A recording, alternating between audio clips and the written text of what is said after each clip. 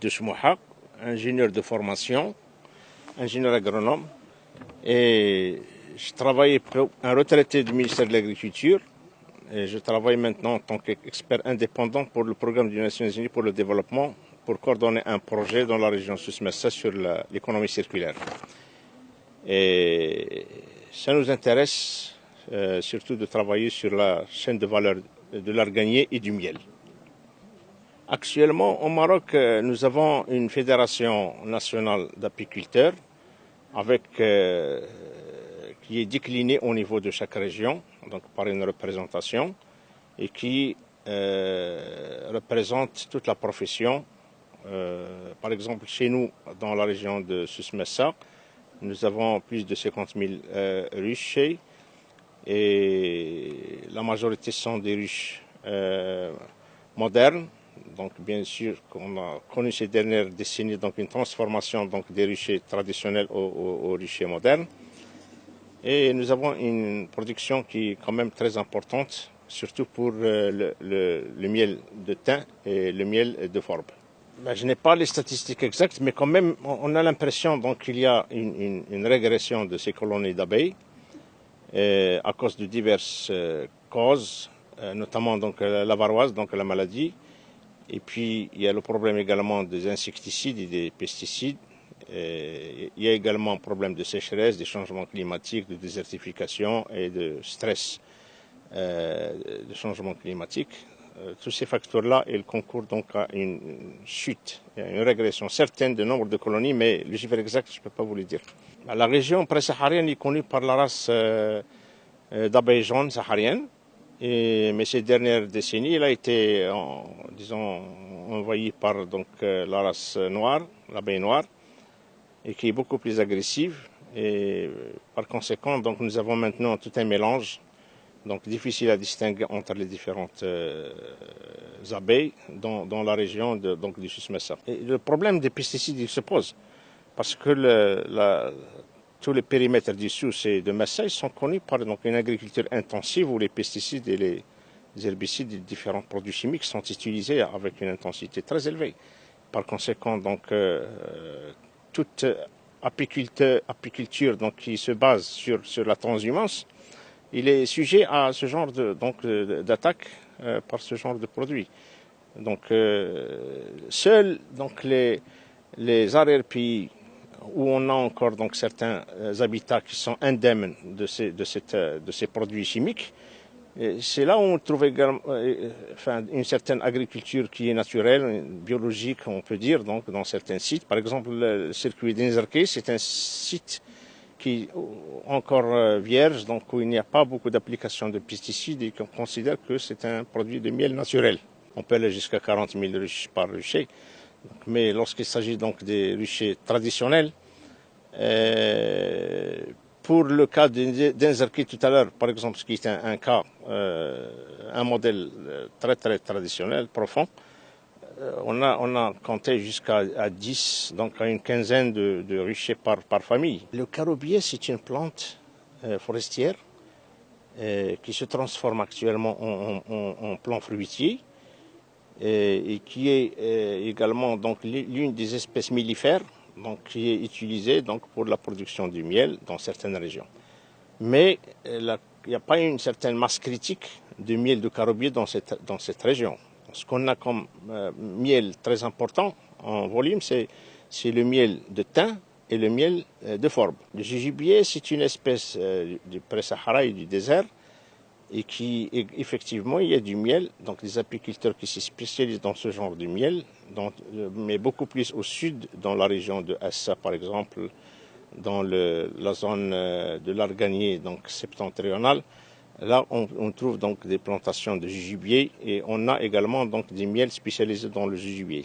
Le forbe, c'est une espèce xérophyte qui existe dans des zones très très difficiles, où les conditions climatiques sont très difficiles. Donc ce sont des plantes grasses et qui on distingue des fleurs mâles et des fleurs femelles, et par conséquent nous avons du miel qui est produit avec à partir des fleurs mâles et des miels à partir des fleurs femelles. Et c'est une espèce donc, qui se répand donc, sur l'ensemble donc, de la frange littorale, donc depuis l'oued Messa, pratiquement jusqu'à Tantan. Donc on trouve de l'eau forbe et là nous avons donc du miel du Sahara à base de forbe. Le miel de thym c'est surtout dans le Haut Atlas oriental, occidental plutôt, où nous avons donc depuis Ida Ouatanen jusqu'à l'amont de Taroudant jusqu'au Tobqal et même au-delà, donc nous avons donc du miel à base de thym qui est produit dans ces régions-là. On a encore donc les modes de production traditionnels, donc à base de ruches traditionnelles, donc surtout des roseaux, à base de roseaux. Mais la majorité maintenant des professionnels donc, qui se spécialisent dans ce métier-là, donc ils commencent à pratiquer donc, le mode d'apiculture moderne. Généralement, les ruches peuvent exister donc, également selon les périodes et selon est-ce qu'on fait la transhumance ou on ne fait pas la transhumance. Si on est dans un système traditionnel, on doit être dans les 4 à 5, 6 kilos par ruche par an. Mais si on est dans un système moderne, on peut aller jusqu'à 20, 50 kilos parfois. Avec des cas exceptionnels, on peut atteindre jusqu'à 100 kilos par ruche. On utilise des abeilles qui sont produites au niveau national. C'est du matériel génétique marocain.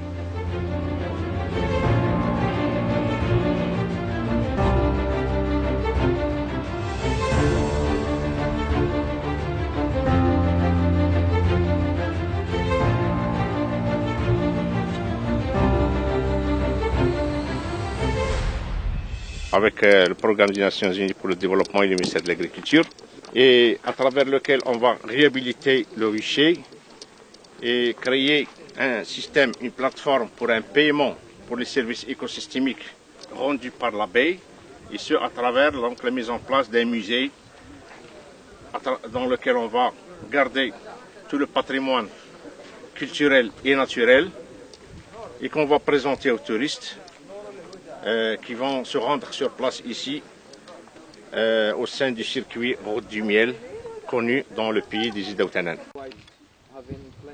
Le site il a été construit en 1520 et le rôle essentiel, comme je disais tout à l'heure, c'est de le placer, positionner dans un site, un habitat favorable, donc une architecture favorable pour la préservation de l'abeille et de son rôle de pollinisation dans la région. Et il a été construit pour une gestion on assurait une gestion collective, d'abord question de sécurité, protection donc des colonies, des ruchers, mais aussi c'est pour on assurer donc une gestion collective parce qu'il y a des moments où lorsqu'il fait froid, donc ils sont obligés donc de les remettre chez eux en foyer, mais lorsque la période de printemps et d'été, donc ils les rendent ici pour en assurer une gestion collective. Donc au lieu donc de faire tout un programme de transhumance, aller se déplacer sur de longues distances, donc ils préfèrent créer un habitat favorable ici autour du site. Parce que, comme vous le savez, donc, une abeille, donc, il ne doit pas se déplacer plus de 3 km par jour, sinon il va perdre la moitié de ce qu'il a récolté comme pollen et comme nectar. Nous avions donc uniquement donc, des colonies d'abeilles sahariennes, mais ces dernières décennies, donc, il y a eu une forte agression, invasion donc, de la race des abeilles noires. Et maintenant, on a tout un mélange dans la région. Lorsqu'on est dans une situation, dans une entreprise moderne, ou bien lorsqu'on est dans une entreprise traditionnelle, ça peut différer. Donc, selon les situations, ça peut aller donc de quelques mois jusqu'à une année, selon les contextes. La cire gaufrée donc existe aussi bien dans le commerce comme il peut être, disons, monté et préparé au niveau des ateliers locaux, donc chez les apiculteurs qui sont professionnels. Donc ils ont des machines pour faire ça.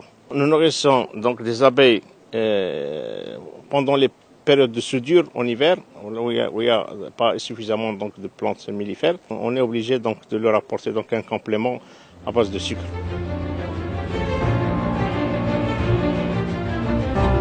Nous avons eu un échange très très fructueux avec les différents participants et qui effectivement donc ils ont proposé des actions plus concrètes à mener sur le terrain avec les différents partenaires.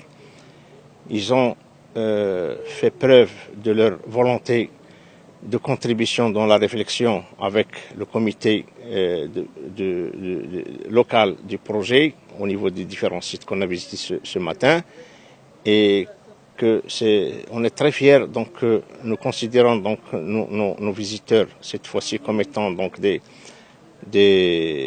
ambassadeurs dans leur pays et dans les endroits où ils travaillent, et que la poursuite va être concrétisée bien sûr par l'organisation d'un forum l'année prochaine.